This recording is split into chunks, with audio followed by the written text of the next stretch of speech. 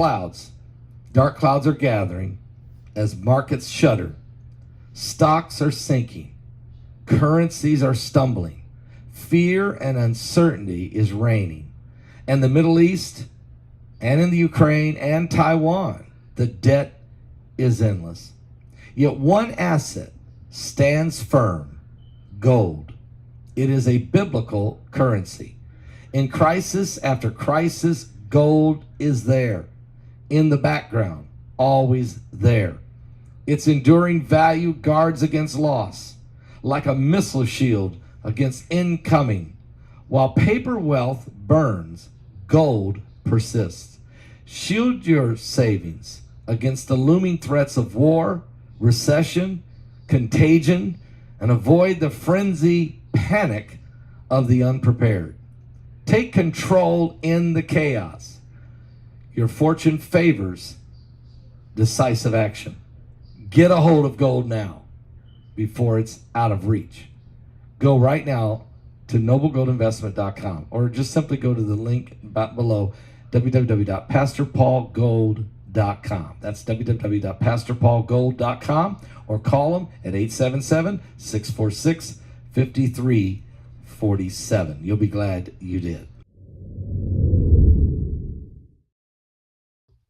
Rosalynn Carter, the ex-First Lady, has transitioned to hospice care at her residence, following in the footsteps of her husband, former U.S. President Jimmy Carter, who began hospice care 9 months ago.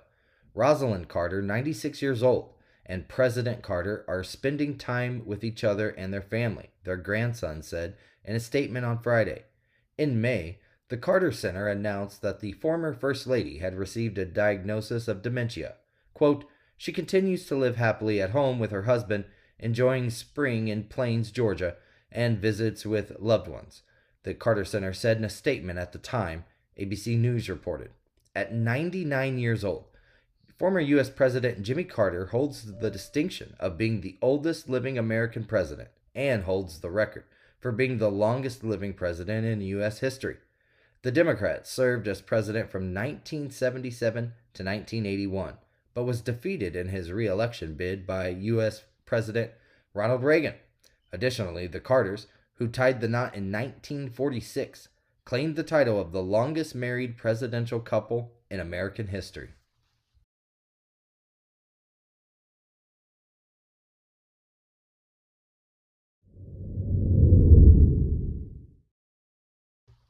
Kaitlin Armstrong has been handed down a 90-year prison sentence for the murder of professional cyclist Anna Moriah Wilson.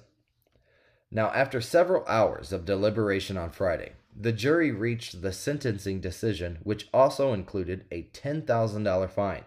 This sentence follows a guilty verdict for first-degree murder delivered by the jury in less than 3 hours the day before, ABC News reported. Wilson, a 25-year-old emerging gravel racer, was discovered with multiple gunshot wounds at a friend's residence in Austin, Texas on May 11, 2022, in what police initially characterized as a targeted homicide. Kaitlin Armstrong, a 35-year-old yoga instructor from Texas, was apprehended in Costa Rica after a 43-day manhunt and subsequently charged with first-degree murder in connection with Wilson's tragic death. At one point, Wilson was romantically involved with Colin Strickland, who was the then boyfriend of Armstrong and a fellow professional cyclist. Wilson was discovered shot hours after a meeting with Strickland in Austin, according to the police.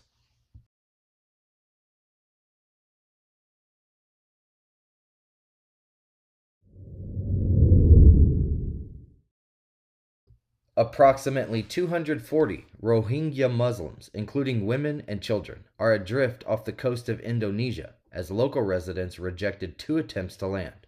Authorities reported that the boat recently sought to land in the Aceh Utara district of Indonesia's Aceh province on Thursday afternoon, but departed after a few hours. This incident marks the 4th boat to reach Indonesia's northernmost province since Tuesday, while 3 others were permitted to land in a different province. The residents of the Aceh Utara district expressed unwillingness to accept the latest group, the Associated Press reported. This reluctance stems from previous discomfort caused by Rohingya individuals who had come to the area multiple different times. After a military-led crackdown back in August of 2017 forced over 700,000 Rohingya Muslims to flee Buddhist-majority Myanmar seeking refuge in Bangladesh, concerns have risen about overcrowded conditions in the camps. And faced with these challenges, many Rohingya refugees are compelled to leave once again in search of improved living conditions. A significant number of those departing the camps by sea have aimed to reach Malaysia, yet en route, numerous individuals have found themselves in Indonesia instead.